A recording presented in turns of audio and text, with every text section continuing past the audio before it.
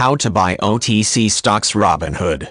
You may have heard these quotes before, but have you truly considered what is being claimed? Were Henry Ford and Thomas Jefferson paranoid crackpots? Or perhaps were they simply more aware than the average citizen? It's an important question not only from an historical perspective but in direct relation to your personal wealth and freedom. Few people understand the true nature of money and finance, and for that very reason few people are able to gain or maintain wealth today. Instead, the average American lives in a state of servitude to a mortgage, taxes, and a job. At any moment everything can be taken away if a constant cash flow is not paid. The middle-class current situation is not very different from historical serfs or indentured servants. How did this happen and who is the beneficiary? Look at the tallest buildings in any city or town throughout history. They always belong to the ruling class. Today the skyline of most large cities is dominated by banks. Incredibly, all of this wealth was basically created out of nothing. That's right, our enormous financial industry which rules the country economically has arguably never made a single product of value. Just remember, when nothing is created there must be a loser for every winner.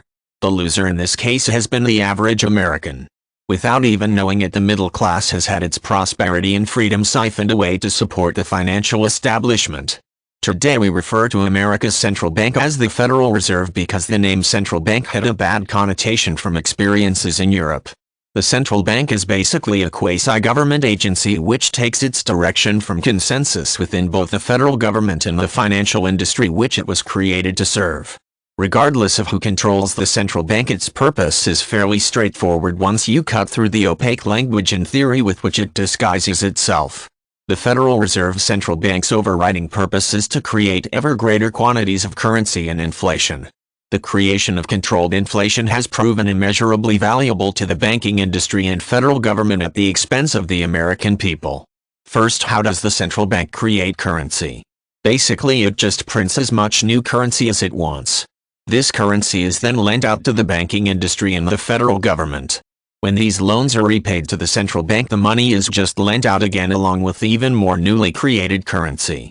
A simplified example can help illustrate this purposefully complex process.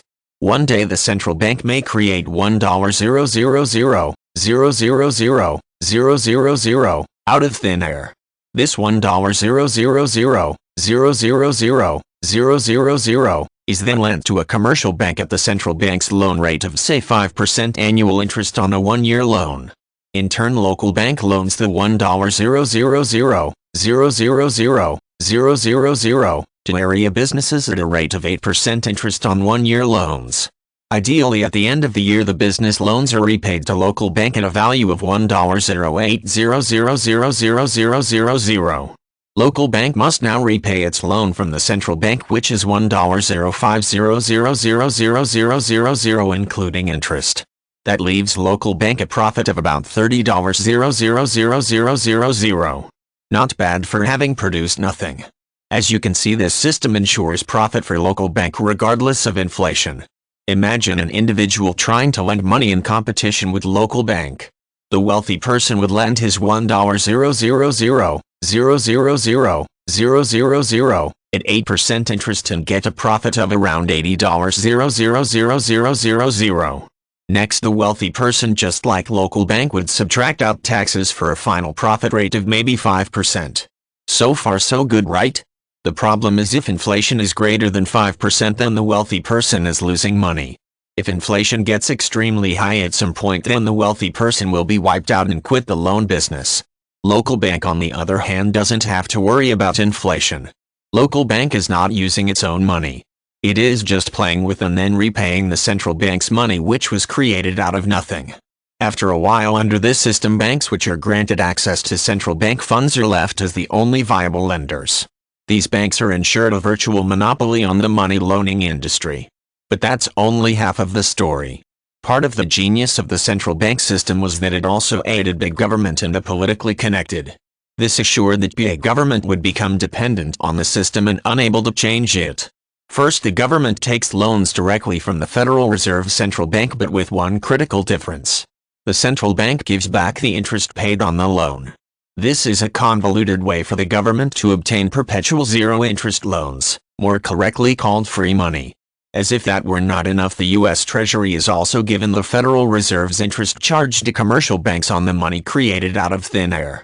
This practice of giving the central bank's interest to the government basically ensures that all inflation on all money in existence is split as profit between both the government and the commercial banks.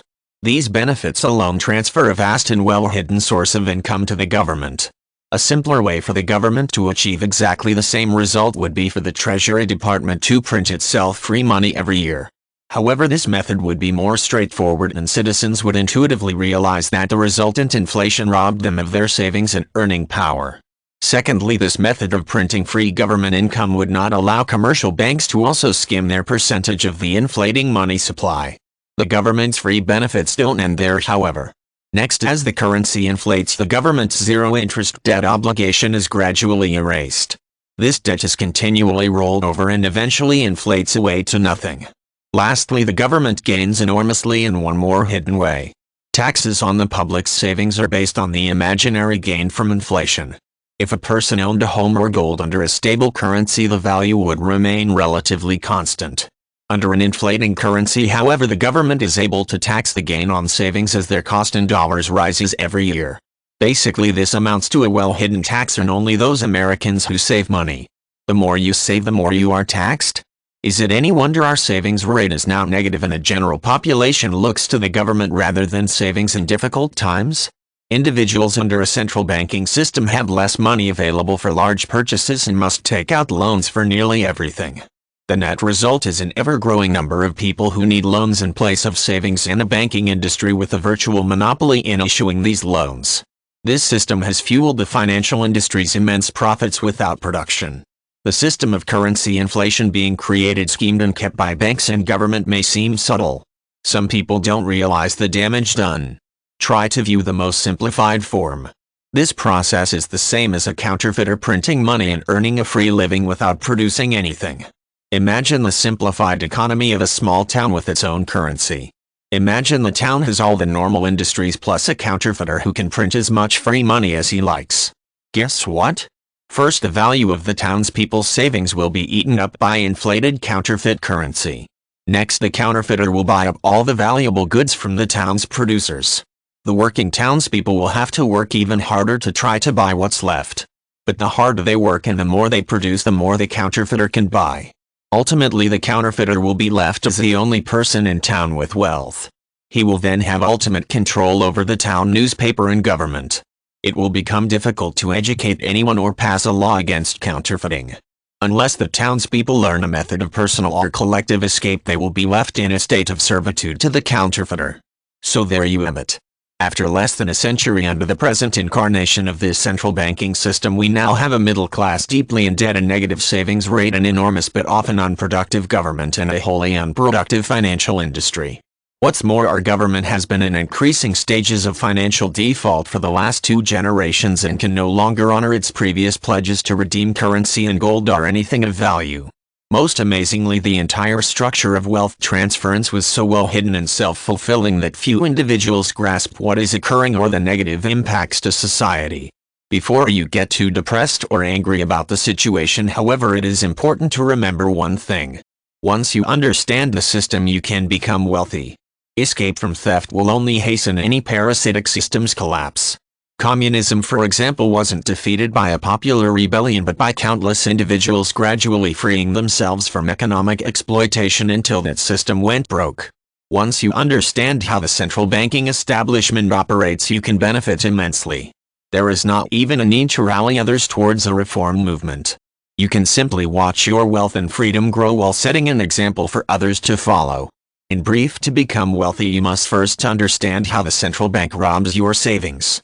Once you understand the multiple venues through which wealth is transferred to the banking establishment, you can cut off every one of them. The next step is understanding and shielding yourself from conditioning by the press.